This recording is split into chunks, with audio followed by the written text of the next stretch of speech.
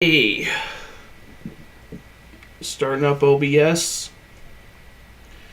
and just double check, make sure that desktop audio is on, mic is on, and we are live. Hey yo! What's going on? So there's a new John Wick out. After 4 freaking years. Yes, every bit as terminally badass as the previous three. Yep. Fucking amazing. Yes. But it makes me sad. It makes me sad knowing Lance Reddick isn't going to be in any more of them. Yeah. Yeah, that is... Man. That makes a certain scene in John Wick 4 hit even harder when you think about it, but that's spoiler territory. Yeah, let's not get into that. Yeah. But in honor of the new John Wick movie, we thought it appropriate to go back and talk about the other three films along with giving our take on the fourth movie. So, dude, I remember when the first trailer for John Wick dropped, and you know, it's funny, everybody talks about how nobody thought the movie was going to succeed, everybody thought it was going to tank, because there wasn't a whole lot of call for, straight up action movies in 2014. We had Chad Stahelski and David Leitch, who were first-time directors helming the project. Keanu Reeves' career had basically stalled. And it's like, I saw the first trailer for John Wick 1, and I was just like, I'm like, who was having reservations about this movie? This movie looks fucking awesome. What? Keanu Reeves is this ultra badass assassin, and he's gonna murder the entire Russian mob because they killed his dog? Okay, when's that coming out? I want to be there for that. Sign me up. Yeah. Rest in peace to that dog, though. Yeah, dude, they had to get the most adorable little puppy they could find to make that dog's death hit even harder when it happened. Literally twisting the knife while it's already in. Yeah. Ooh. But it's okay. Justice was served. Yes. Very. If you think about it, imagine if the Avengers if Disney owned John Wick, the Avengers could have easily won that way. What the Avengers could have done was kidnap John Wick's dog, give it to Thanos, and say the last Infinity Stone was inside of it, and then basically when Thanos kills a dog, he basically seals his fate. Or worse, I want to see that movie. Or worse, if when Thanos snapped at the end of Infinity War, if that snap had caused John Wick's dog to vanish. Hey, either way, Thanos would have been screwed. Right in his arms, like Peter Parker vaporizing in front of Tony Stark. Just traumatize him. And then that trauma quickly turns to anger. And that anger quickly turns to vengeance, seeing red. Yeah, like I knew this was going to be a badass movie, and it wasn't even supposed. It was originally not supposed to come out in theaters. It was originally supposed to go direct to video, I believe. But then, thank God it didn't stoop that low. Yeah, because if it had gone straight to video, I mean, I still would have seen it. You still would have seen it, and I'm sure a good chunk of people still would have. Yeah, a good chunk of people would have still seen it, but it wouldn't have enjoyed the success it did receive from that wide release. And it wasn't even like, it was successful, but it wasn't like Avengers successful, which it's not supposed to be. It's an R-rated. It's an R-rated first. It's an R-rated action movie, and it I love how people keep saying that it revolutionized the action genre. It's like, no, it really didn't. You take the basic premise of this hold up. Oh, hey Steve, what's up? So this guy Steve French in our comments says John Wick would have stabbed Thanos in the ear with a pencil. Yeah, he would have. He's not wrong. You're right, Steve. I once saw him kill 3 men in a bar with a pencil. With a fucking pencil. It's always the ones named Steve who are the most correct. Or, Steve. I love the way Peter Stormare says it in the second movie. You once killed 3 men in a bar with a pencil. I know, I've heard the story. With a fucking pencil! Who the fuck can do that? Keanu Reeves, apparently. Yeah. Not to mention, if the pencil doesn't kill you, the lead poisoning will. Yes. If that shit gets in your bloodstream, you're done for.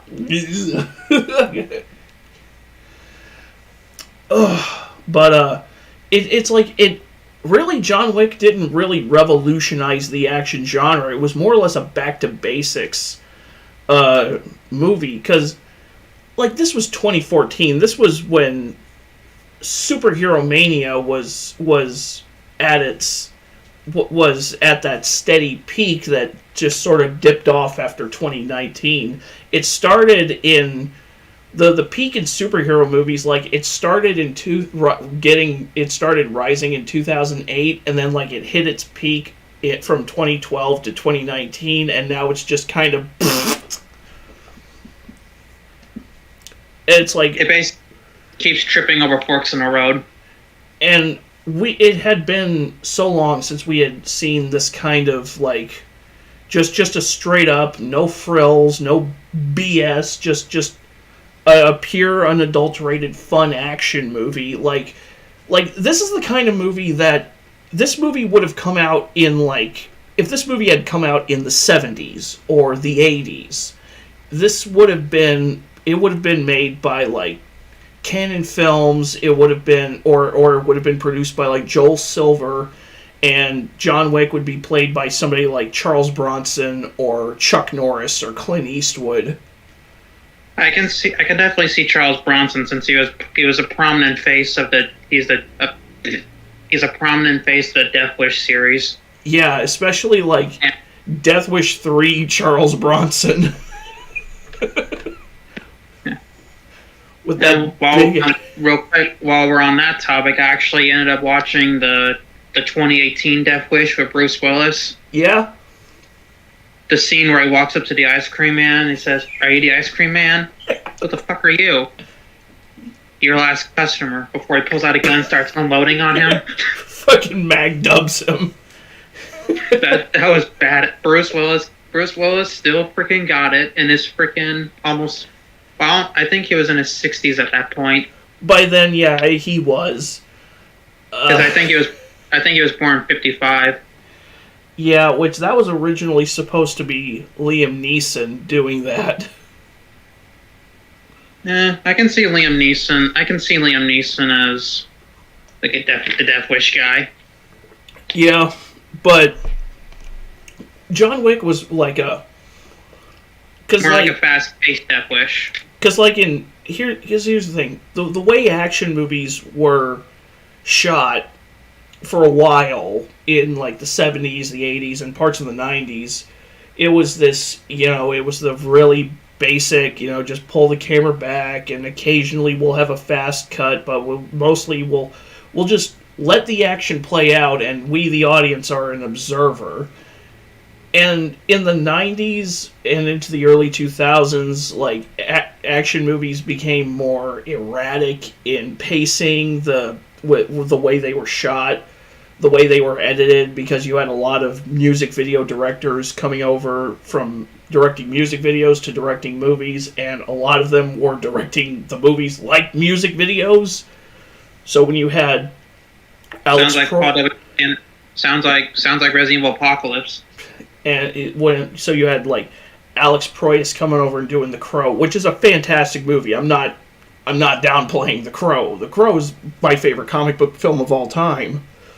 Talking about the Brandon Lee one? Yes, the original. Yeah, that's the only Crow movie that exists in my eyes.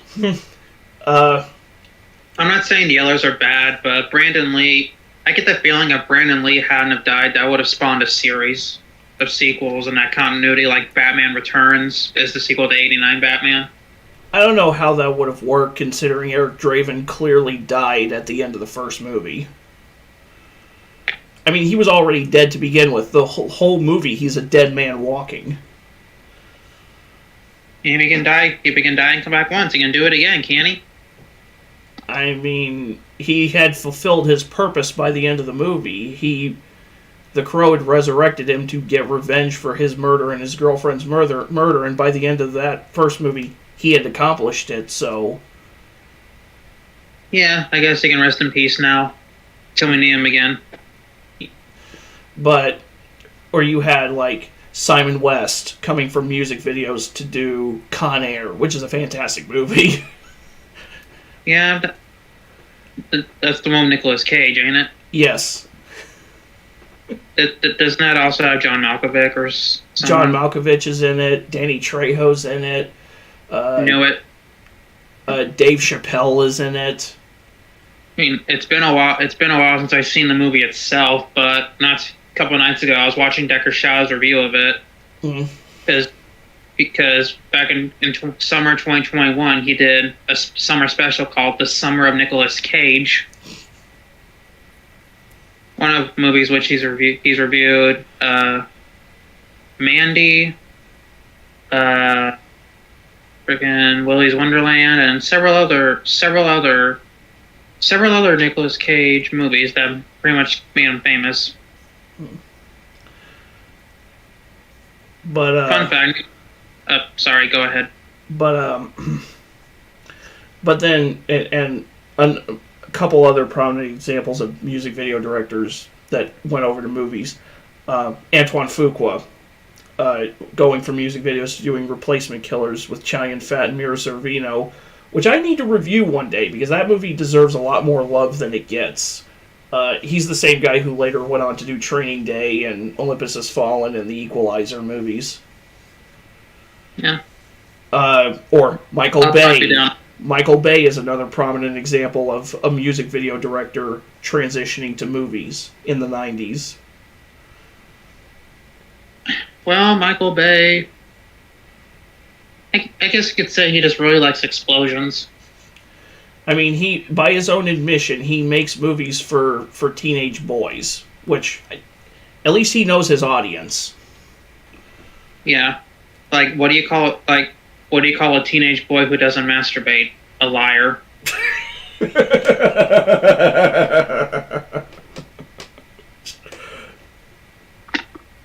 probably surprised they didn't cut the stream for that joke. Well, who gives a fuck? Right. But then in 2004, action movies kind of shifted from that music video style to the more... It really started when Paul Greengrass did the Bourne Supremacy, which I know people love the Paul Greengrass Bourne movies. I'm not one of them. And the way that he chose to shoot his action sequences is 99.5% of the reason I don't like them. Because his idea of it was like going for a more realistic, more documentary style, but it's like where it's like the camera is just constantly on the move with Jason Bourne, which, by the way, 24 did that before Jason Bourne and did it way better. Yeah, but around 2004, when he said 2004 was also the time when action movies started getting less R ratings and way more PG-13 ratings to try getting a larger audience. Yeah, which...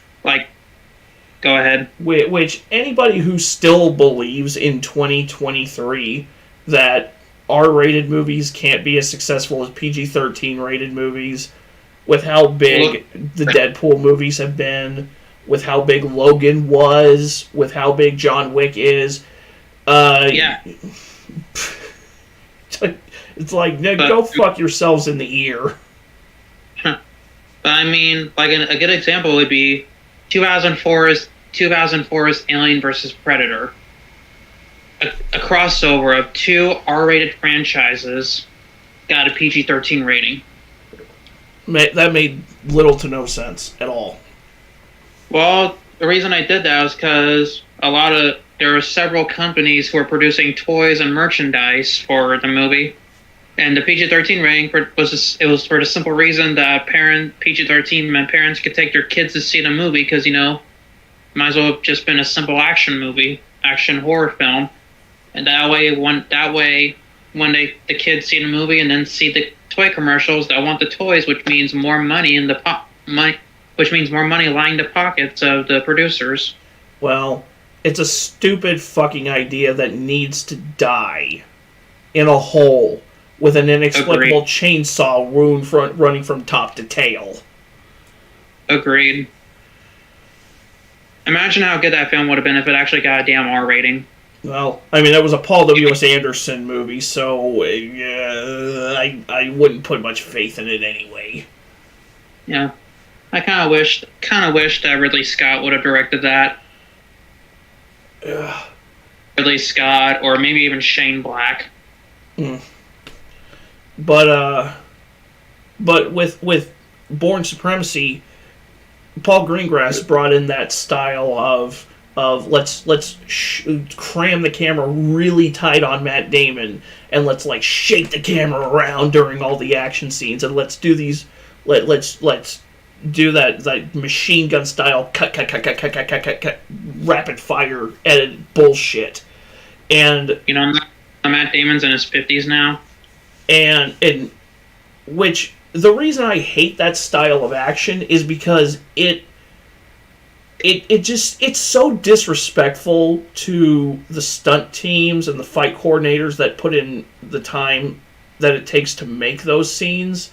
And it really undersells the ability of your performer. Because when you watch the behind-the-scenes stuff on those Bourne movies, Matt Damon actually was training for those scenes. He was putting in the hard work and the fight choreography that goes... And he was, getting in there with the choreography. So it's let us fucking enjoy that.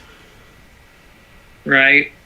But because Bourne Supremacy made a fuckload of money... So many movies adopted that style, whether it was Batman Begins, even though that's still, in my opinion, the best of the Nolan trilogy. Those action scenes, those fight scenes are really pretty goddamn weak. Yeah, the other two are kind of meh. I mean, Heath Ledger was a good Joker, but he was about the only other good thing about that trilogy. Or, Olivier Megaton brought that into Transporter 3, which is why Transporter 3 is easily the weakest of the bunch. I would rather watch the Ed Skrein reboot than Transporter 3 any day of the goddamn week. Which is why the Taken series adopted that style, which is why those movies are as weak sauce as they are. If you want to see the movie Taken should have been, watch the movie Skin Trade with Dolph Lundgren and Tony Jaa and Ron Perlman. Much better movie. But it was all that. It was all the action genre, at least mainstream action, had become that. It had become shaky cam or big spectacle superheroes, and a lot of the big spectacle superhero shit still has the shaky cam, whether it was the Marvel movies, the Captain America stuff, or Michael Bay's Transformers movies, because shaky cam and quick cutting is Michael Bay's style. Yeah. But meanwhile over on direct-to-video land, you had guys like Jesse Johnson and Isaac Florentine and John Hyams just making a killing, generating really honest to God badass action But nobody ever talks about them because they're all direct-to-video, so everybody just ignores them. Hey, there are a lot of direct-to-video gems. Fuck yeah. And the guy who wrote the original John Wick, Derek Kolstad, I actually have seen a couple of direct-to-video gems that he wrote. One of them I actually own on DVD. He wrote one called One in the Chamber, which was about a pair of rival assassins. One of them played by Cuba Gooding Jr., the other played by Dolph Lundgren. Yeah. And it's worth watching just for Dolph Lundgren because he is chewing the scenery so hard. Like, he's having the most fun. Hey, best Punisher, in my opinion. And he also wrote a movie called The Package with Steve Austin and Dolph Lundgren. And it's honestly, in my opinion, it's one of Steve Austin's better movies. Yeah. Kills a guy with a headbutt in one scene, and somebody goes, "You just killed him!" And he goes, "Yeah, it sucks to be him." Isn't he also the guy that went, "Shut up, bitch"? I think that was The Rock. Ah. Yeah, The Rock was the one. Yeah, The Rock was the one in that clip. So shut up, bitch! I always get my bald wrestlers mixed up. My bad. Like, well, stop being bald. So, and then Derek Kolstad wrote John Wick, which wasn't originally John Wick. It was originally called Scorn, and was originally written for an actor closer to Liam Neeson's current age, an actor in his 70s. But it didn't end up going that way. It wound up going to Keanu Reeves, who I believe was in his late 40s when they shot this. He's 58 now. I believe he was 48, 49 when they shot the first John Wick. More likely 49. Probably. Which the reason they changed it from Scorn to John Wick was because Keanu Reeves kept forgetting that it was called Scorn. He kept calling it John Wick, and they were like, "Fuck it, we're just gonna call it John Wick." Fuck it. Yeah, but yeah, actually has a better ring to it than Scorn. Yeah, Scorn just sounds like you could apply that to almost any genre picture and it would work. Yeah, it's too generic. Yeah, it's the kind of title that you could literally produce from a top hat, like any of Steven Seagal's movies. Don't even get me started on Steven Seagal's movies. That's a topic for another day.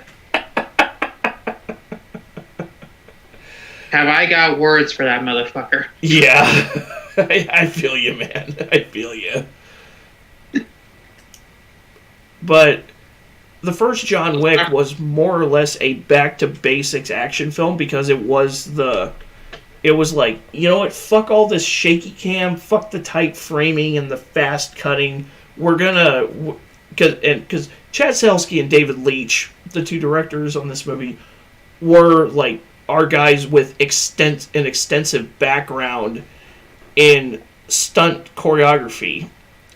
I mean, David Leitch has worked on several big-budget Marvel pictures. Chad Stahelski was Brandon Lee's double for The Crow and also Keanu's double for The Matrix, the whole trilogy. And I believe Chad Stahelski was also a second unit director on Rambo 4 and The Expendables. So these guys know... I believe both of them were also stunt performers on that Tomorrow Never Dies PlayStation game that I did on the channel a while back. Yeah. But these guys have been stuntmen for years. They know what makes action work and what does not make action work. And so it was like, you know what, fuck it. We'll pull the camera out. We'll hold the shots longer than a second or two, and we'll just show off this cool choreography of Keanu Reeves doing jujitsu and gun fu and killing people. Kicking everybody's ass. Exactly. And it's like I said, I was sold on the trailer. I did not know like that trailer, as fun as it was it wildly undersold just how awesome the first movie was going to be. Agreed.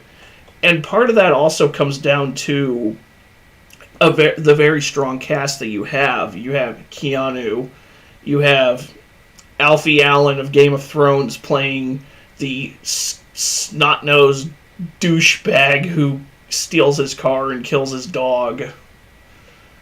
I don't know how he is on. I don't know how Alfie Allen is on Game of Thrones, but in this movie, I fucking wanted him to die. Yeah. You have Michael Nyqvist playing Alfie's father, the head of the New York Russian mob. You have Willem Dafoe. You have John Leguizamo. You have Ian McShane and rest in peace, Lance Reddick. You've got and plus a minor appearance from David Patrick Kelly as the guy who runs the cleanup crew, who gets rid of the bodies.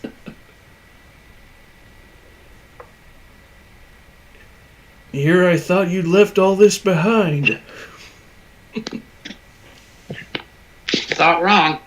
Like you knew it was going to be a fun time just from the way Michael Nyqvist delivered that opening, that monologue about John, about who he is, and Tyler Bates's music just building up to ultra badass mode. Right. He was an associate of ours. We called him Baba Yaga. You see, John wasn't exactly a boogeyman. He was the one you sent to kill the fucking boogeyman. It's like, goddamn!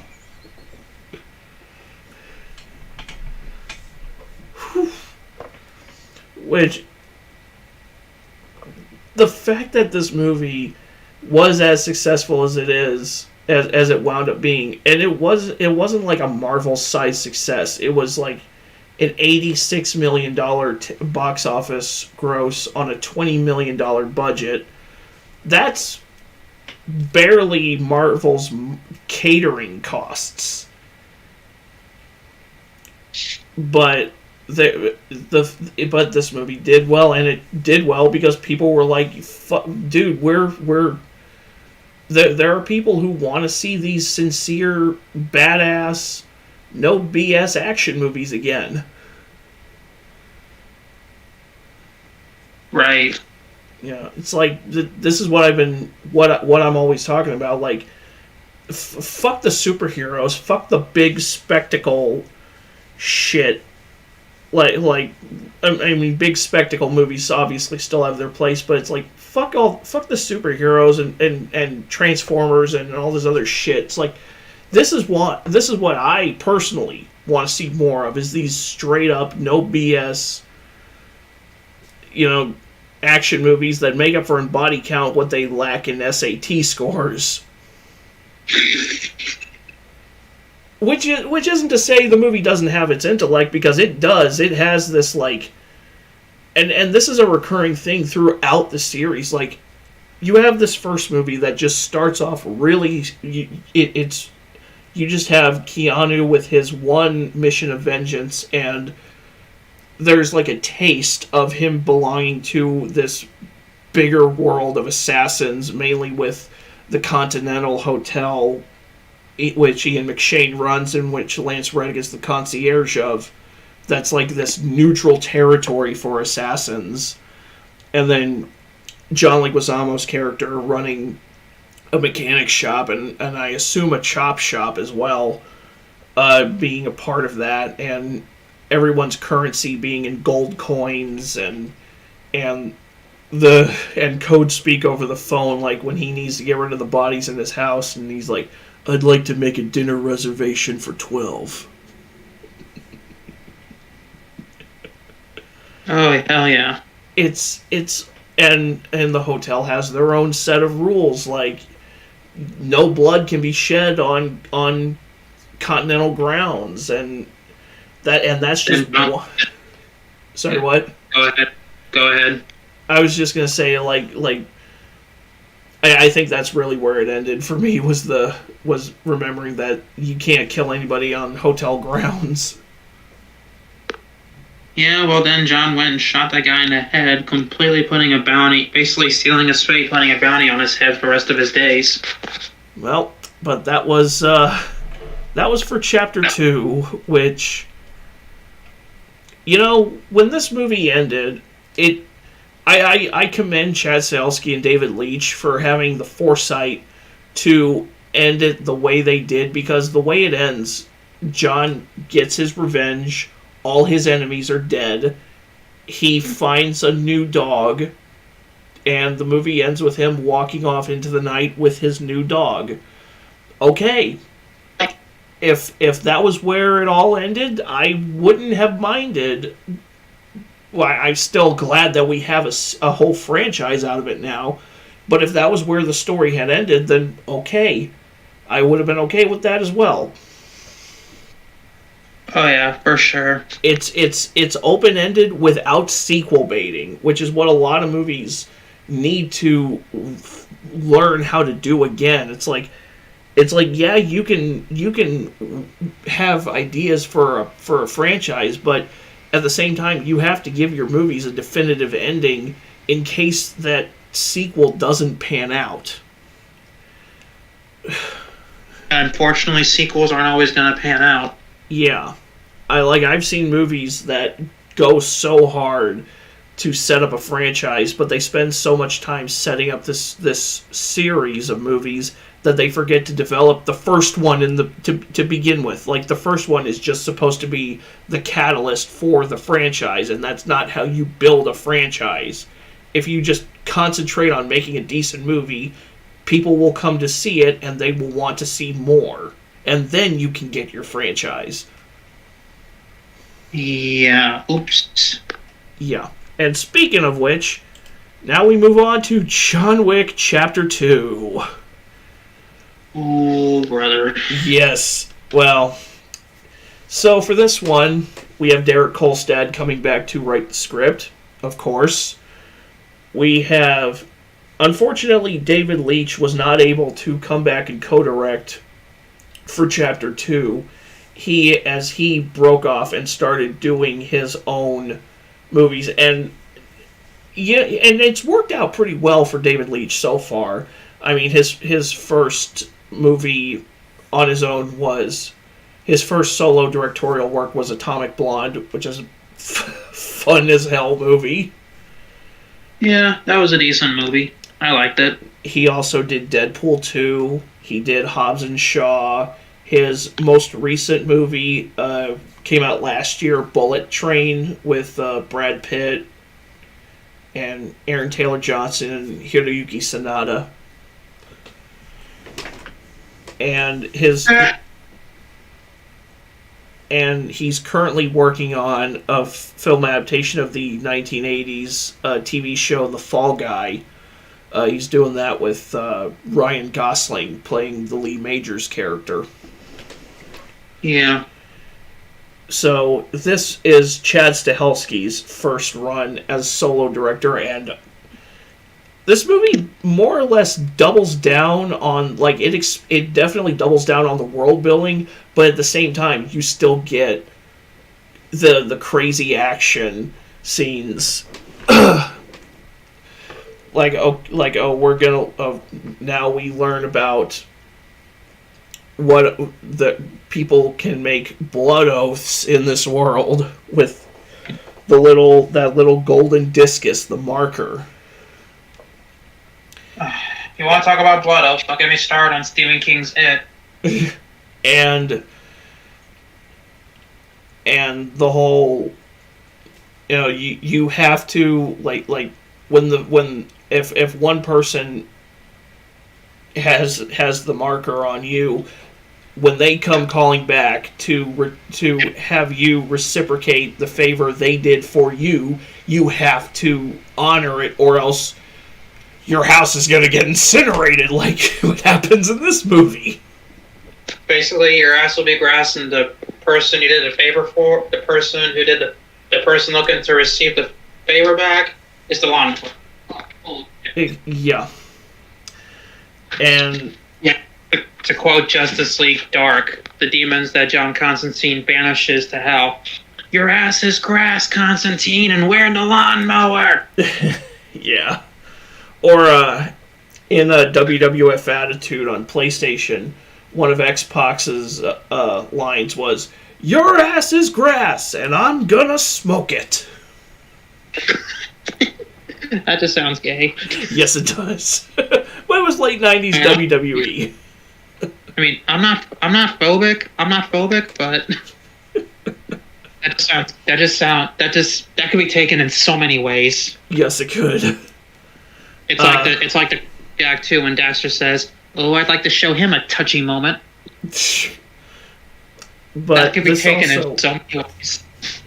This movie also, we also learned that there is this omnipotent entity that kind of hovers over this world of assassins and crime bosses, like almost like it's in an entire shadow government called the High Table. We learned that the Continental isn't just restricted to New York City. It's actually they actually have overseas branches. In this movie, he goes to Rome, and then in later movies, you learn that there are Continentals in. There's a Continental in Casablanca, and there's one in Osaka. Osaka's not a bad town. And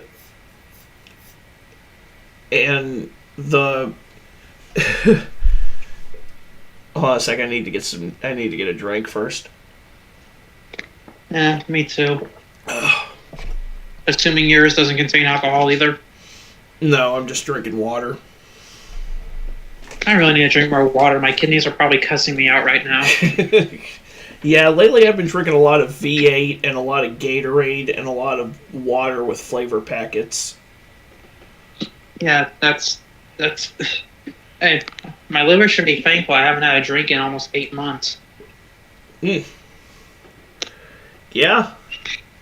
Well, on the record, I haven't had a drink in 8 months. We'll just say on the record. Yeah.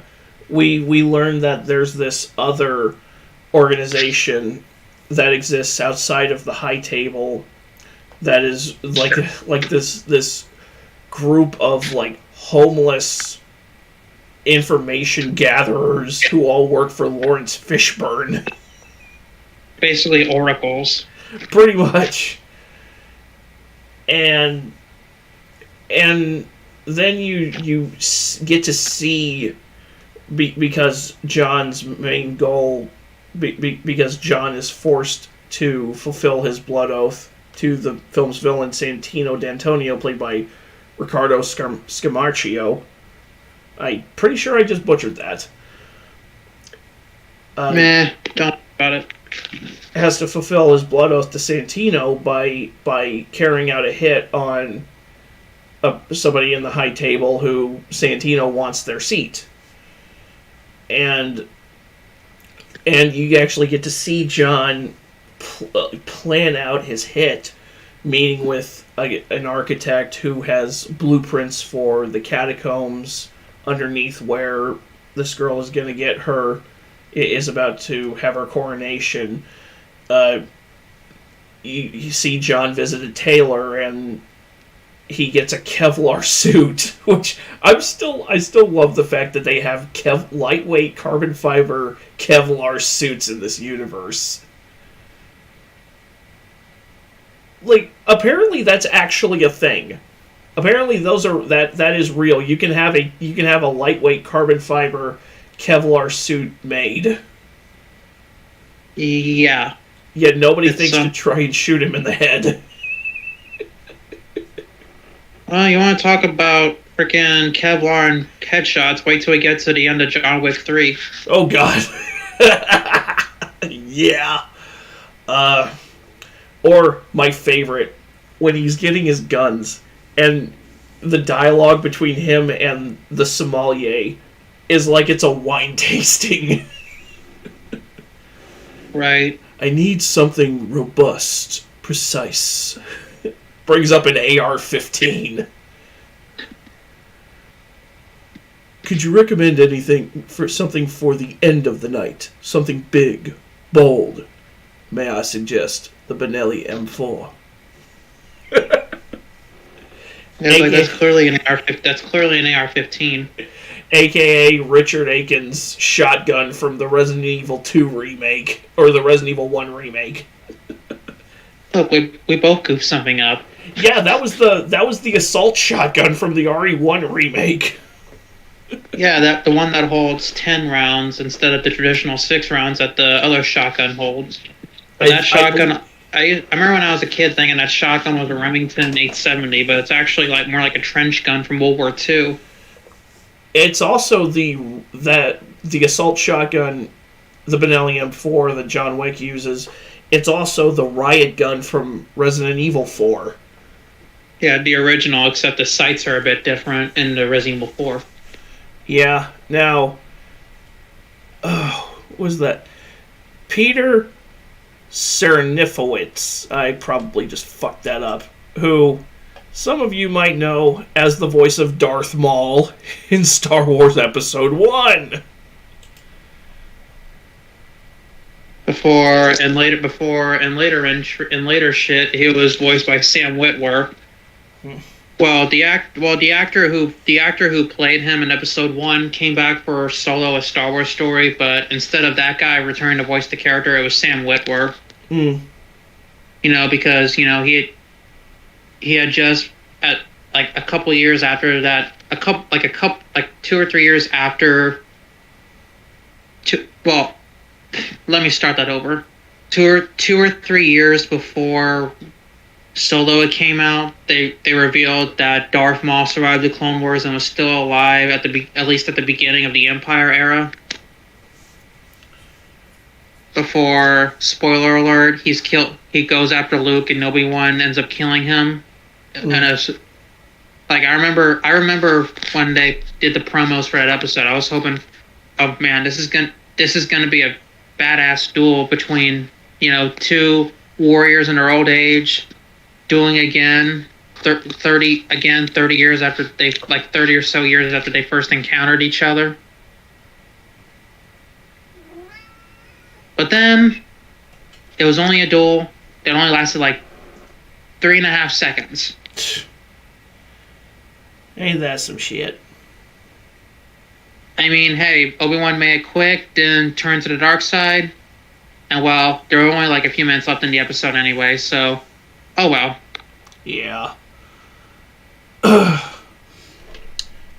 But with all this extra world building, and we still find the room for insane action scenes, like putting John Wick in his car and just absolutely destroying it, slamming into people left, right, center, and sideways. Right. Let's have this epic jiu-jitsu fight in the middle of a warehouse surrounded by taxi cabs. Let's have him race out of a night rave where he shoots a guy on stage and everybody just goes nuts. Yeah. Let's put him in to quickly finish off my point for earlier. The reason they brought in Sam Witwer to voice Darth Maul instead of that other guy we mentioned is because, well, Sam Witwer was more popular as Darth Maul, and you know how Disney goes. Yeah. Well, Sam Witwer also voiced Darth Maul in the Clone Wars TV show way before Disney even bought the property. Okay, I'm done interrupting with off-topic things. Let's move on. Yeah. We'll put John Wick and have him shoot his way out of a night rave into these underground catacombs with a rifle and a shotgun, just blasting people an excessive amount of times. I love that they had to have that, I'm trying to remember if there was a reload gag in the 4th movie, but I know in the first 3, there's always got to have that gag about how he's got to stop to reload, like in the nightclub in the first movie. He has that guy up against the pillar, click, drop, takes a second, drops the mag, slaps a fresh one in, boom. In chapter 2, it's it's turn with the shotgun on the other guy, click, jams the barrel into his chest, forces him against the wall, chambers a fresh shell, and then blows his heart out of his back through his spinal column. Yeah, that about sums up the first 3 John Wick movies. Having that fight with Common's character Cassian first down a flight of stairs and then on a subway train.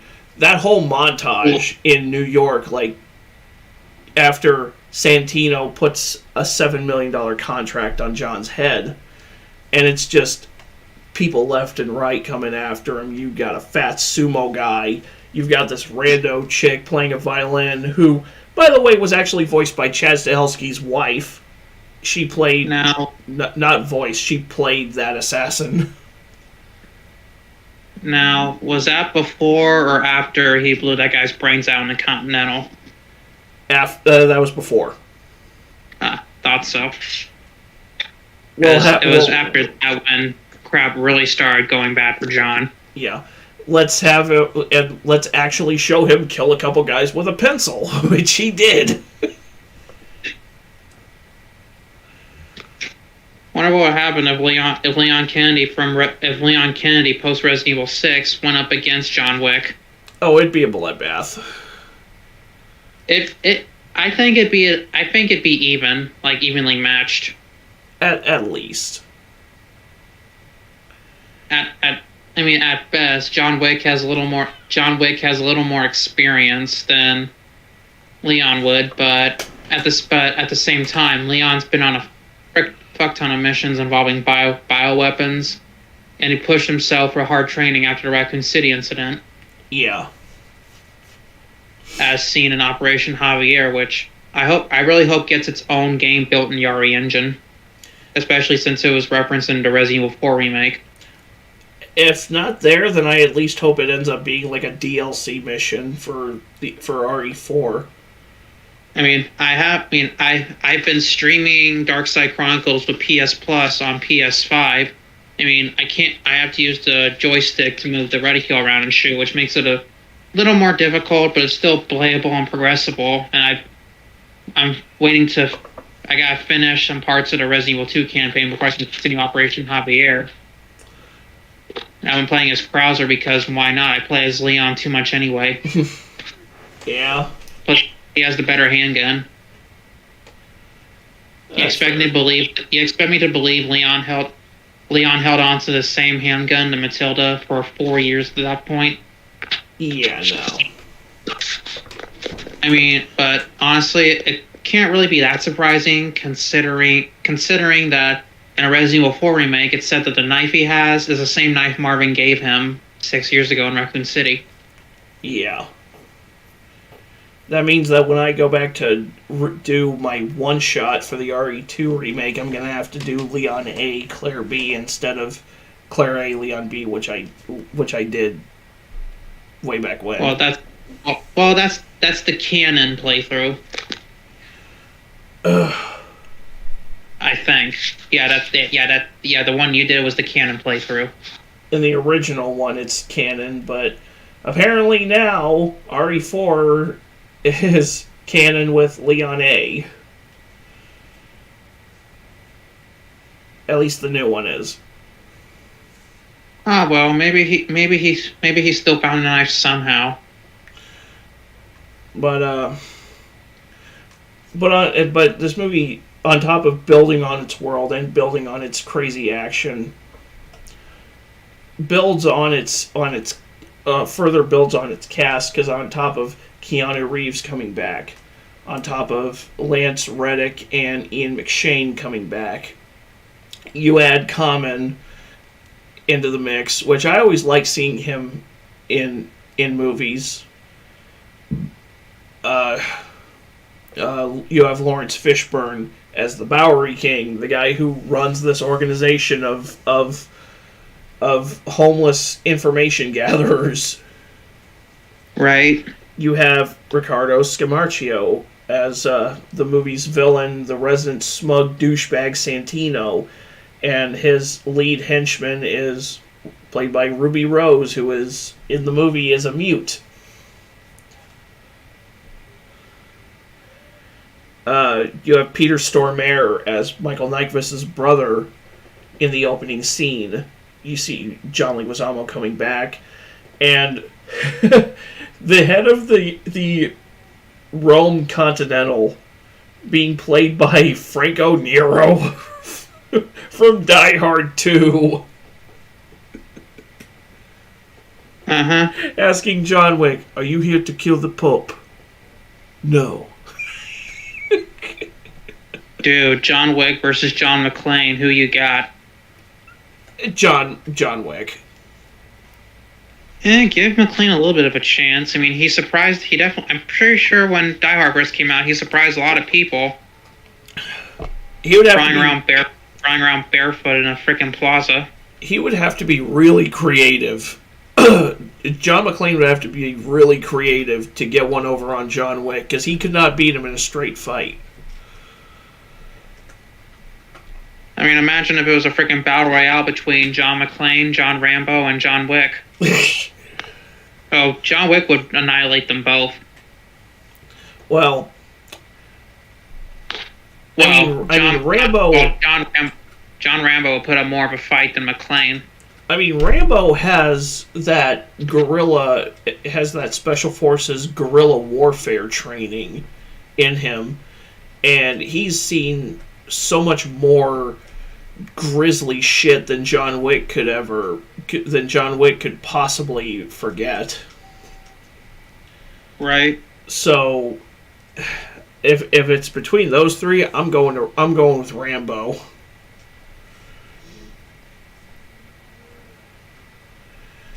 My money. I'll put money on John Wick, but hey, if John Wick loses, then I'll still pay. Yeah. But one thing that a lot of people don't really bring up is how all of these movies take place so close to each other. You have John Wick 1, and then John Wick 2 picks up 5 days after the first movie ends.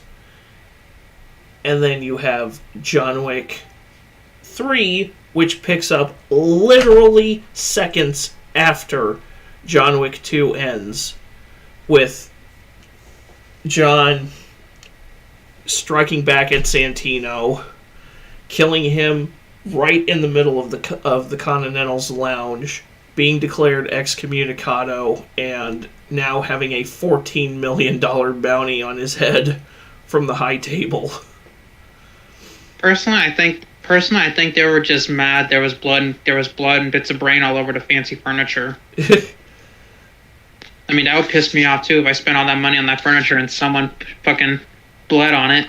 Yeah. If I was a leader, I want to put a bounty on his head, but I would have at least said, "Damn it, Johnny, how much I pay for this damn furniture?" Yeah. But, I'd show a little bit of mercy. I mean, I'm not going to kill a man over furniture. Alright, go ahead. I also love how they keep steadily increasing the budget on these films. John Wick 1, $20 million budget. John Wick 2, $40 million budget. John Wick 3, $75 million budget. And John Wick 4 apparently is sitting on a $90 million budget. Right. Hey, when you're doing these action scenes that take as much prep as they do, that require as much laying out as much choreography as possible, especially for somebody like Chad Stahelski, who is a major rehearsal guy, that costs money. Yeah, fucking lucky. That costs a lot of money, and it's worth every penny, because this movie, like, the second movie was more or less doubled down on the world building while still complementing it with some great action. Chapter 3 is the reverse of that. I mean, you still have the world building, but this movie is largely an action showcase. It's what insane shit can we get Keanu Reeves to do next? Let's stick him in this like antique store, and we'll have him assemble this entire this revolver just to pull off one lucky headshot, and then we'll just have him and a bunch of guys throwing knives at each other, but like nobody can land a straight strike because the knives keep bouncing off of them until somebody gets lucky. Let's have him fight a guy in a horse stall, and he'll slap the horse on the ass, and the horse will kick this guy square in the face, snap his head back 90 degrees. It'll do that. We'll put him on. We'll have him riding horseback down a New York street, shooting a couple guys off motorcycles. Let's have this scene where it's him and Halle Berry fighting a bunch of dudes in a marketplace, and her attack dogs are going for everyone's nuts. Yeah, that was an epic scene right there. That scene alone was way more badass for Halle Berry than the entirety of that shitty Catwoman movie. Yeah, that movie would have been better if it was the actual Michelle Pfeiffer spinoff that was supposed to spawn after 1992's Batman Returns. But yeah, it's basically the same thing happened with that movie that happened with Robert Pattinson's The Batman. It was in development hell for a long time. It was originally supposed to be directed by and star Ben Affleck, but you know Warner Brothers, they always do the complete opposite of what fans want to see. Yeah, at this point I'm pretty much just done with Marvel, and DC can both just kiss every square inch of my glorious ass. Amen. I will take 10 more John Wicks over a half dozen, like bland as all hell. Damn near 30 fucking movies in the MCU, bro.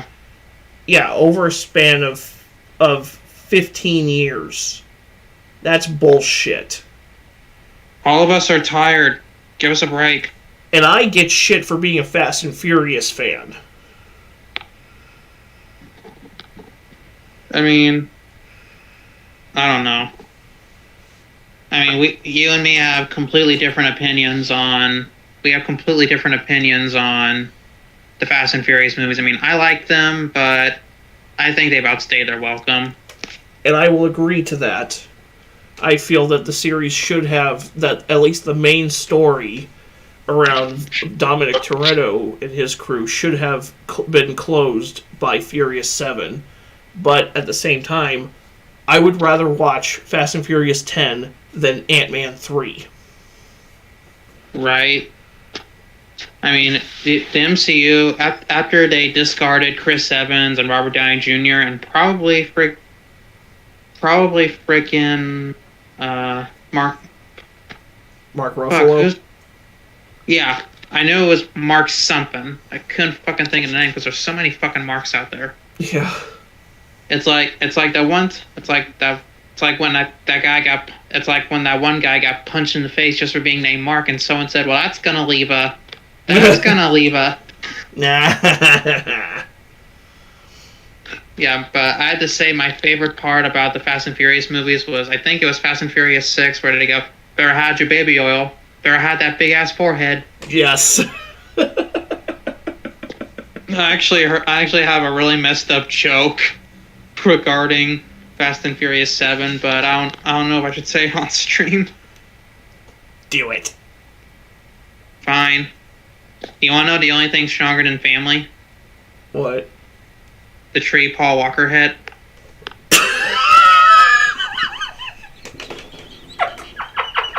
That's awful.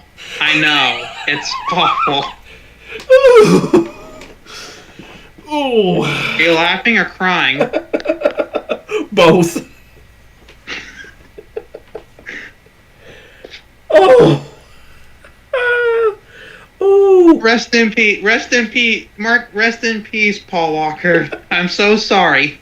Ooh. I haven't laughed that hard since I was a little girl. Thank you. Dude. Wrong gender. I was quoting Austin Powers. Oh. Oh. That's 2 streams in a row where I've quoted Austin Powers. I really need to refresh my memory watching those movies because I bet they're a goddamn meme gold mine. They are. I mean, he did teach me about consent. Like, it's, when that drunk lady tried to kiss him and he said, "You're drunk, it isn't right." I learned that from him. Like, I learned, Austin Powers taught me consent. God bless him. Nice. But then again, if we're both drunk, then I guess it's pretty much out the window at that point. Okay.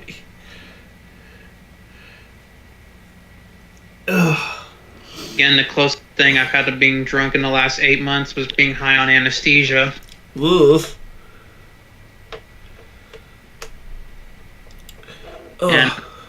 And while I was high on anesthesia, Lily kissed me, and I was like, "This fucking cute girl's kissing me."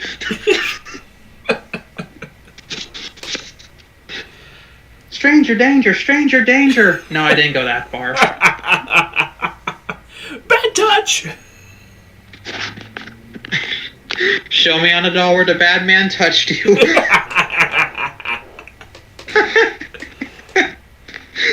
We're going to hell, aren't we? And you're all coming with us. Yep. Because I guarantee a lot of you fuckers are laughing with us right now. We have a very raunchy podcast, don't we? Pretty much. Nothing wrong with that. At least. Hey, we gotta make ourselves laugh. Otherwise, we can't make others laugh. Dude, I'm holding back. The shit I could say would make you just go, bro, and just leave right now. Dude, there's not a joke in... Dude, I'm literally so hardened to freaking dark as fuck humor, so there's literally not a joke you can tell me that'll... There's literally not a joke you can tell me that'll make me say that, but you'd have to dig really deep. Okay, well, I'm thinking about getting back into these movie reviews, and I might actually go to that point, so you don't tempt me, dude. I'm talking about the ninth circle of hell in terms of dark humor. Right. I'll probably just be stone-faced then. I'll either be stone-faced or I'll just laugh my ass off. There's literally no in between. Fair enough. But going back to John Wick 3. Parabellum. Not only is it a word for prepare for war, it's also what frickin' 9mm bullets are made out of. Yeah. Well, that was a badass line at the end when the way he delivered Parabellum, it was fucking badass, dude. Siegfried's possum, Parabellum. Well, it's Ian McShane. Yeah. Every word out of his mouth is poetry. Well, yeah, he's such a prolific actor. Like, if you want poetry in dialogue, watch him as Al Swearingen on HBO's Deadwood. Oh, dude. Dude, you sent me clips to use from that show. Like, fuck you, sir. Yes. There's one that I want to use if I ever decide to roast another To Catch a Predator video of the guy going up to the house, and then you just cut to, like, Al in Deadwood. Look at him, striding out there like some Randy Maniac Bishop. Dude, you gotta let me in on one of your To Catch a Predator videos at some point. Yeah. Like, we can make it the topic of a whole ass extravaganza. Yeah. I'd probably have to speed it up so NBC doesn't copyright it. Yeah. Fucking copyright bastards. Ugh. Even off stream, we're dealing with that shit. Yeah. I'm surprised that the Arkham Knight clip I posted earlier today, I'm surprised that hasn't been hit with a goddamn copyright claim. Yeah, because apparently Warner Brothers likes to claim Arkham gameplay for some reason. Yeah, no shit. I mean, literally all my music covers on my channel have a copyright claim, depending on the song. And it's like, I literally says in the title, I don't own this song. Doesn't matter, apparently. Yeah, like, fucking copyright, it's like, it's fair use. It's like, either take my video down or get that shit off my fucking videos. But anyways. Sorry. Yeah, going back to John Wick 3, all the intense, insane action let's have him face an army of guys in, like, impenetrable body armor and make it so that he has to get up close and just pump, like, 34 shells up under their chin. Oh, I thought he was shooting him in the neck. Well, in the neck, or yanking up their faceplate to get him in the face. Yeah, cue the scene from The Walking Dead season 3 when they first take the prison, there are freaking walkers wearing riot control armor. They have to lift up the helmets and stab them with their brains for the chin. Yeah. And Maggie has that crazy smile on her face, like, did you see that? It's like that every time they killed somebody with body armor that way, with the bullets in the neck or under the chin. I just think of that crazy Maggie moment. Like, it's like 9mm isn't gonna fucking do it here. Or another scene from John Wick 3. Let's have this insane, like, rotating camera shot of John on a motorcycle sword fighting other guys on motorcycles, which, by the way, I'm 100% positive Chad Stahelski lifted from the South Korean film The Villainess. I'm not going to play the clip on the stream, but I am going to show it to you after the stream. There's a motorcycle chase scene in the movie The Villainess, which, if you've seen it and then you see John Wick 3, it's like, Chad Stahelski had to have seen that movie prior to making John Wick 3. Yeah, I really don't feel like being I really don't feel like being part of a copyright block from South Korea. Yeah, or let's have him in this like glassy gallery fighting these two dudes who are from the Raid movies. Let's have him sword fight Mark Dacascos. And Mark Dacascos will just be this big John Wick fanboy.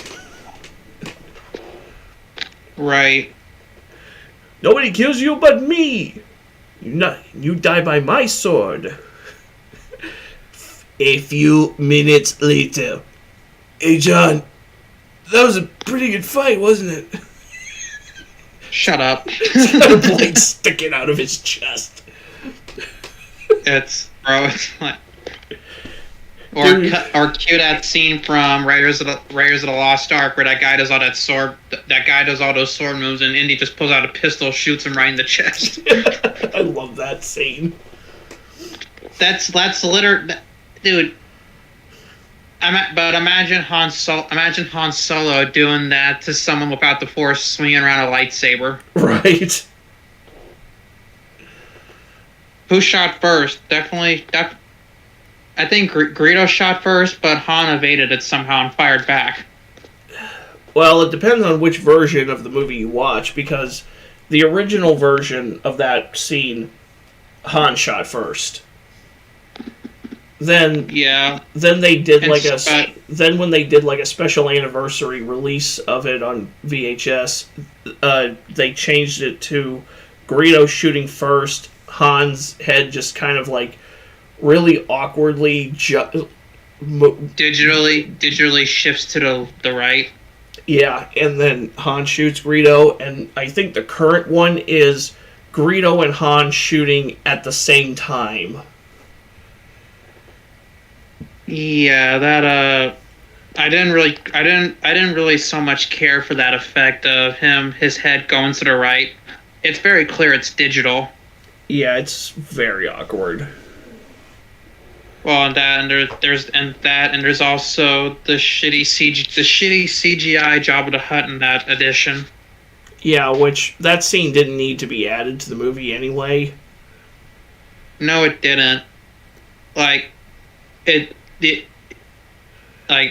was explained. It was explained enough without needing the scenes. So yeah, and it's just repeating dialogue from Greedo, from Han's conversation with Greedo anyway. Right. Ugh. It's like come up with new shit for once. Like, don't fix what isn't broken. That can be said about a lot of things. Which is what John Wick 3 definitely does not fix what isn't broken. It just builds on it like Bob Vila. Well, better it builds on it like that than freaking gangrene getting more and more infectious. Yeah, let's show that apparently after somebody dies on Continental grounds, the High Table will send an adjudicator to, I guess, lay down the law and oversee the transfer of power from manager to manager. In this case, I have to use non-binary pronouns because Asia K. Dillon is non-binary. Yeah. In this case, they're there to facilitate Winston's removal, which, good luck with that, Winston.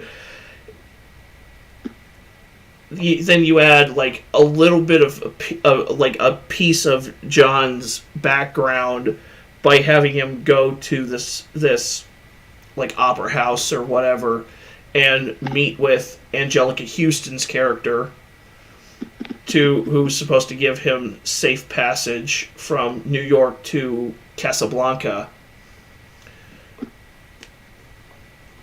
and in this place you learn that John may have done some time in the ballet, which, go figure.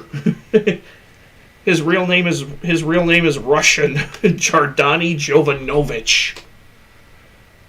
Yep. Oh. Ugh. You learn pieces of John's backstory without them just stopping the movie dead in its tracks to go into like 20 minutes of exposition. You learn that he also has a marker on the head of the Casablanca Continental, Sophia, who's played by Halle Berry, and they once had a pretty tight relationship, and then you add in Mark Dacascos' character Zero, and he's got his whole ensemble of sword wielding assassins. And his Agent 47 looking ass is a huge John Wick fan.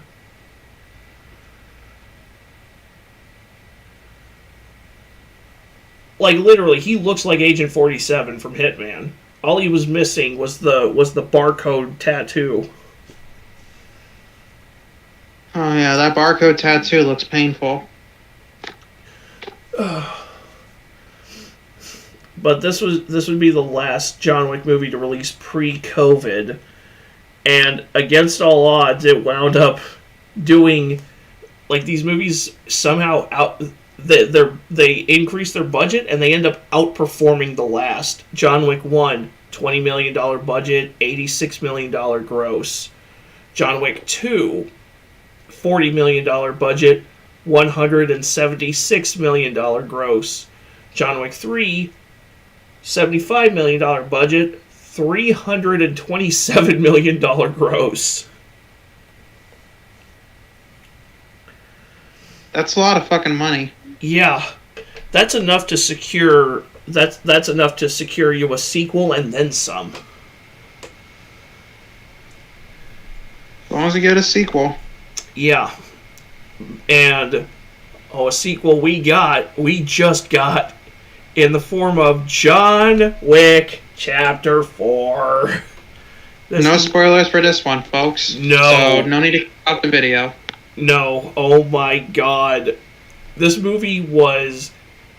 fucking epic. These movies are everything I want out of an action movie. It's just... The slow bits are just there to serve as bridges between action scenes, and you don't need a whole lot of dialogue, you don't need a whole lot of exposition, you just need your character to be a badass. And that's, I see people complain about this movie being too long and the action sequences going on forever, and all I can think of is that Filthy Frank song, "Shut the fuck up, nobody even wants you here." Nope. And yeah, like, as the budgets have increased, the runtimes have increased on these movies as well, which is how... I would hope so. Which is how we have the runtime that we have with this movie. John Wick 1, an hour and 41 minutes. John Wick 2 had a 2-hour runtime. John Wick 3, 2 hours and 10 minutes. This movie, 2 hours and 49 minutes. And almost 3 fucking hours of holding in my bladder, not want to miss any action. And it is relentless. It doesn't feel like 3 hours. With how fast the action with how much action is in this movie and how fast it goes, it doesn't feel like 3 hours. It feels like it's as long as the third movie. And again, you're learning more about it. This expands even more on the world. John's relationship with another assassin who is played by Donnie Yen, and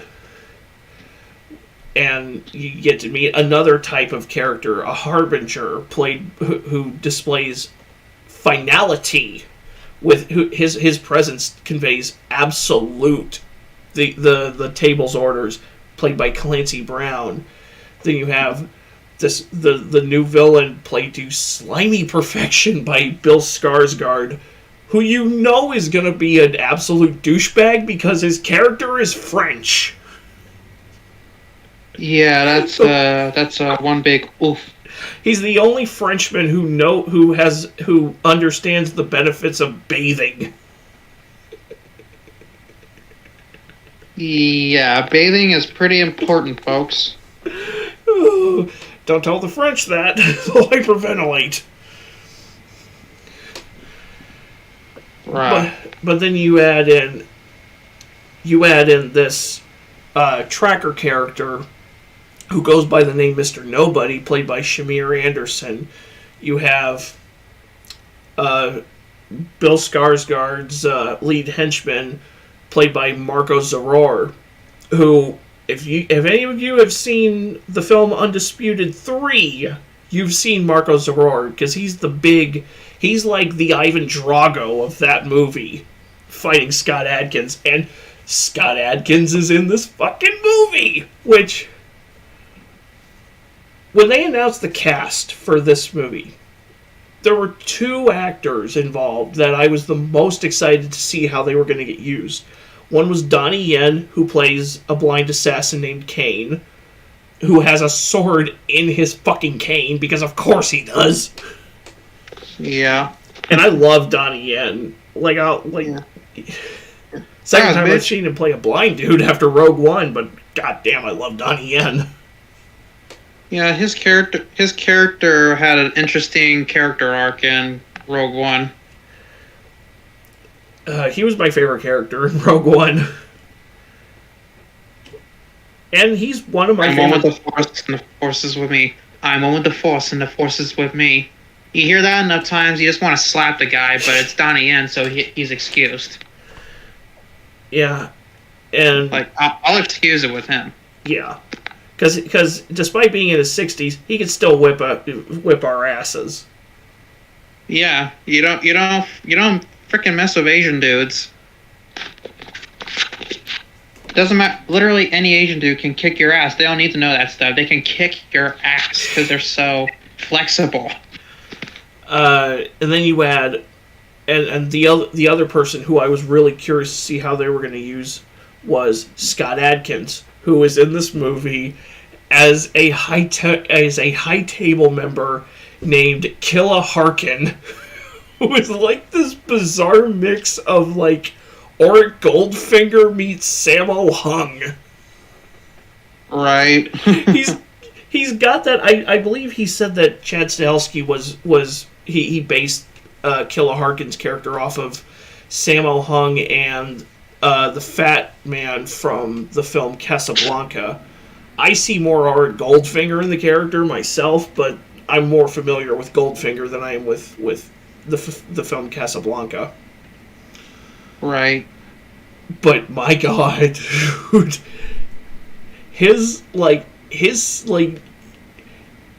it was just finally a mainstream action movie that actually makes proper use of Scott Adkins' acting talents. Because every mainstream movie I've seen him in, they just have him as like henchman number 4 or lead henchman to the bad guy, and he has like no dialogue. If he has like little dialogue, if any, like whether it was in Doctor Strange or in when he was Ryan Reynolds' fight double in X-Men Origins Wolverine, or when he was in American Assassin, and they just did not use him enough. He's dead in the first mission, or he's Van Damme's lead henchman in Expendables 2, and he's supposed to have this big fight with Jason Statham, and it's over in like heartbeats. It's like finally we have Scott Adkins in a John Wick movie, and Chad Stahelski. It doesn't matter if they're a big name, if they're a little name, if it's a big part, if it's a small part. He's gonna get the absolute most mileage out of any actor he uses, and he's displayed that over the course of four fucking movies. Now, Scott Adkins is like he fucking owns it, man. Fucking right, he does. You want to kill him? You want to kill him? I want to kill him. And what about you, Mr. Wick? What do you want? I'm going to kill you. Yeah, it's like, what else do you think is going to happen? Yeah. There's so much insane action in this movie, which is why the movie is as long as it is, because the action is just like... the best example I can give is it's like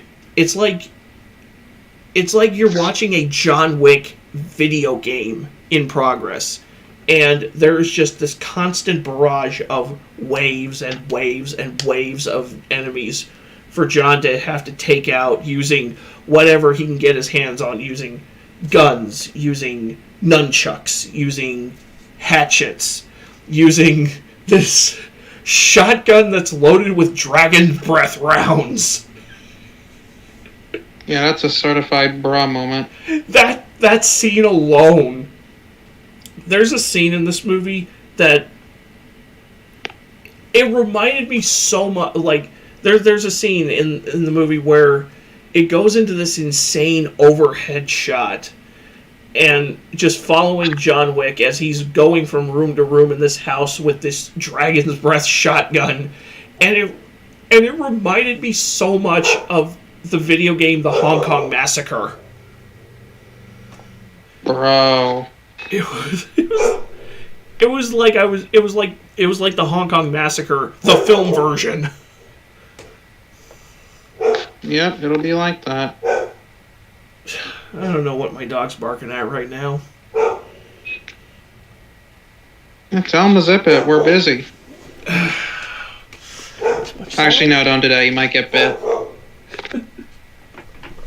I have to, otherwise... Hey, dogs will bite you for anything, man. Yeah, I know. Dude, I don't know what you're barking at, but knock it off, boy.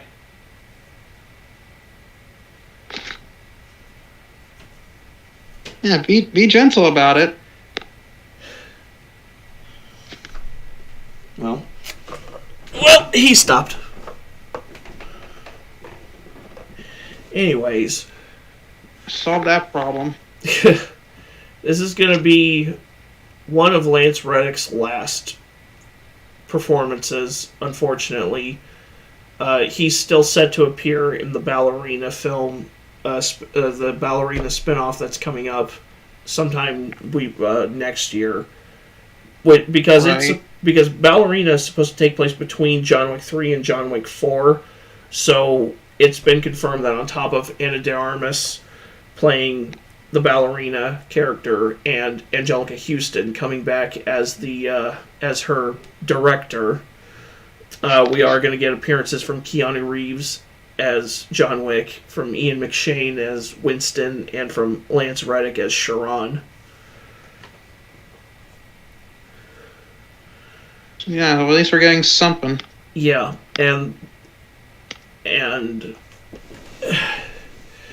Lance's passing makes a certain scene in John Wick 4 hit, man, 3 times as hard as it probably originally was supposed to.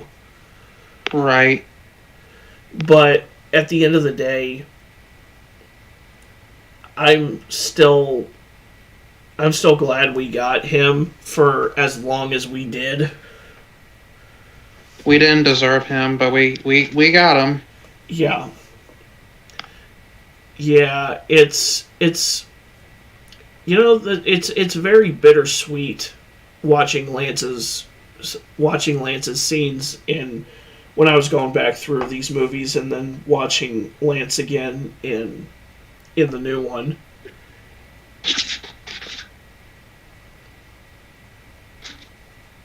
Yeah. That'll tend to happen in these kinds of situations. And, rest in peace. I mean, the whole freaking Destiny 2 community paid a big ass tribute to him, so there's that. I saw that on Twitter. And I was like, oh, I didn't even know he was in Destiny 2. Yep. It was a well-deserved tribute, that's for sure. I didn't know he was in Sony's Horizon games either, but apparently he was. Yeah, he was also a very good voice actor. Yeah. The only video game I remember him being in was, just because I played it last year, Remedy's Quantum Break. Because he was Martin Hatch in Quantum Break. Right. And he was fantastic in that as well. But, he was in a lot of shit, dude. But before this goes and gets too sentimental and too emotional, I will say that the way this film ends, if this ends up being the last chapter in John Wick's story, I'm perfectly okay with it.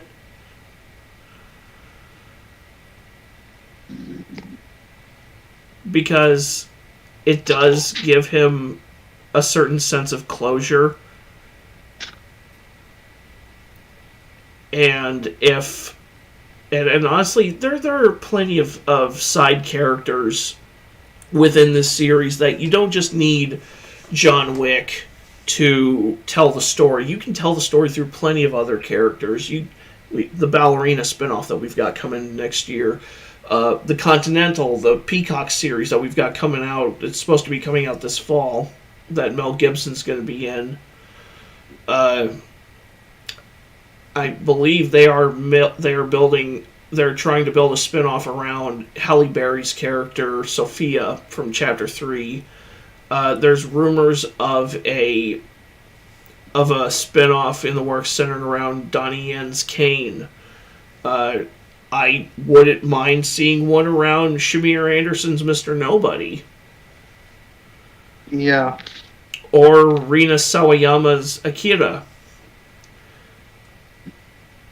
Especially after losing her, especially after she loses somebody very important to her in chapter 4 during one of the numerous extensive set pieces. Man, I forgot to bring up Hiroyuki Sanada, because for as little of the movie as he is in, like, dude, he fucking kills it again. As a Koji, the manager of the Osaka Continental. I think this is the fourth movie I've seen him in that I can name.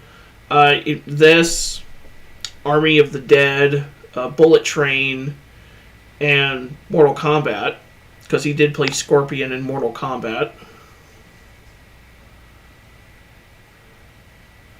Yeah. I want to say he was in either Godzilla King of the Monsters or Godzilla vs. Kong, but it's been a while since I watched them, so I can't really remember. We still talking about Riddick? We're talking about Hiroyuki Sanada. Yeah, I can't say for sure which one either. I need to go back and rewatch those.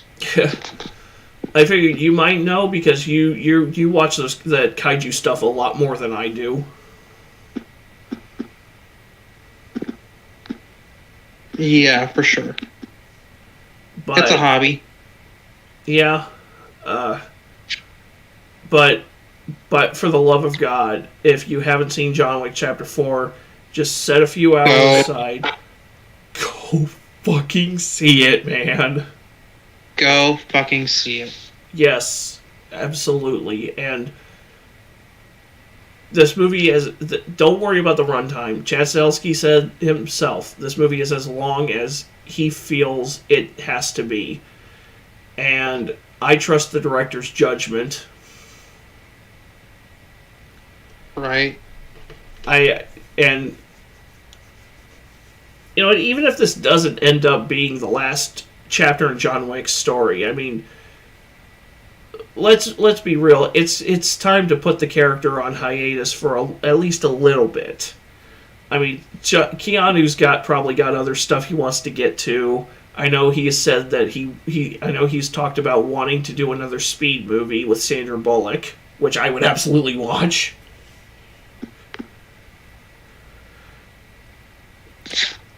I know Chad Stahelski has a few projects lined up. I don't know what he's doing next, but I know the next 3 movies on his itinerary are... He's supposed to be doing a reboot of the Highlander series.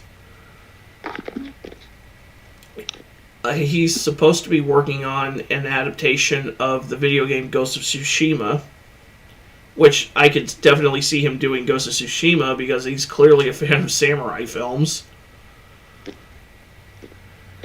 Yeah, that's actually a movie I want to see. I've never played the game myself, but I've watched gameplay and it looks pretty fucking badass, and I need to see if it's on PS Plus. I think it should be. I can't say for sure. It's been a while since I've looked on PS Plus, but it should. I would think so. Yeah, I'm gonna look once we hop off this call. And he's supposed to be directing a sequel to Amazon Prime's Without Remorse with Michael B. Jordan, which is going to be the Rainbow Six movie. And how long is it taking for that to come out now? Well, I mean, Without Remorse came out like a year or 2 ago. And yeah. that's how it is in the Clancy books too. He wrote the Without Remorse novel, and then penned a couple other Jack Ryan books, and then wrote Rainbow Six as the continuation of John Clark's story. And then that was also turned into a video game through Red Storm Entertainment, which Tom Clancy owned when it was developed.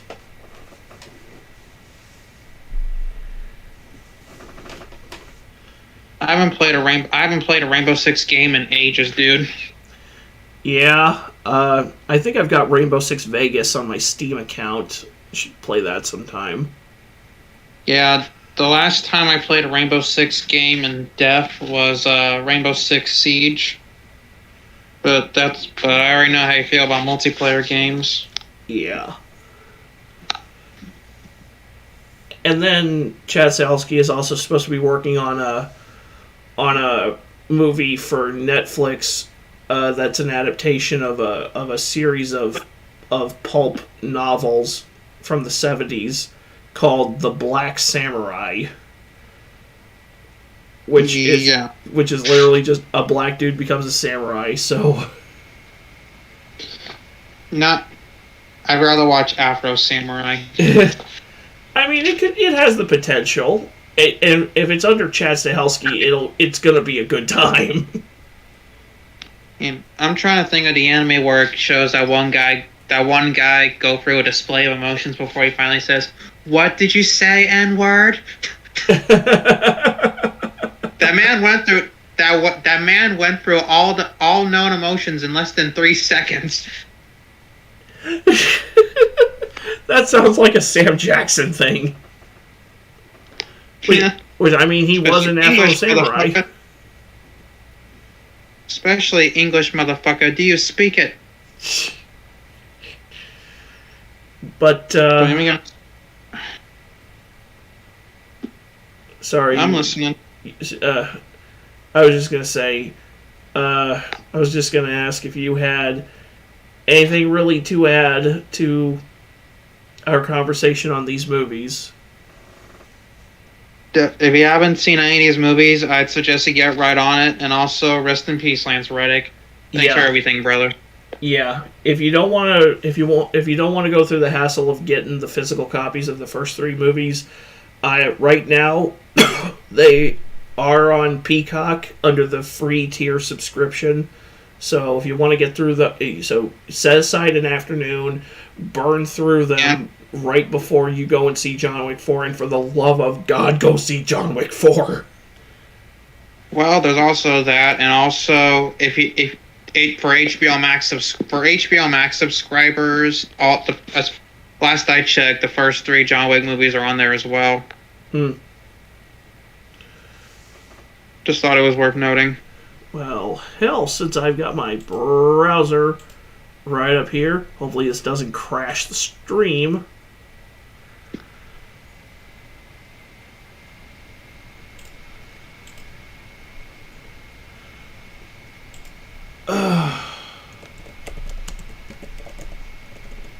Wick. Well, they're not showing up. Oh, well. That's unfortunate. It'll be aight. Yeah. So, but in any event, yeah, John Wick 4, go see it. The John Wick movies, absolutely watch them. Agreed. If you've got nothing to add, I've got nothing to add. And while you're at it, go play the game John Wick Hex, because even though it's not a straight up action game, it's more of a turn-based strategy game. It is a pretty solid game. It's a pretty solid time. Yeah, it's a decent title. Yeah. 10 out of 10, I play again. Yeah. So, with all that in mind, I think maybe next time we will be back for another reaction extravaganza. So, yeah. Saturday. Be here or be square. Yep. Actually, no, that didn't rhyme. How about be here or be queer? No, actually, no, that sounds homophobic. Let's just say be there or be square.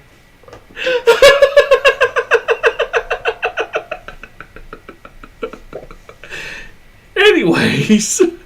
Triggered liberals in the comments. F-U-G-G-U-M, fuck 'em.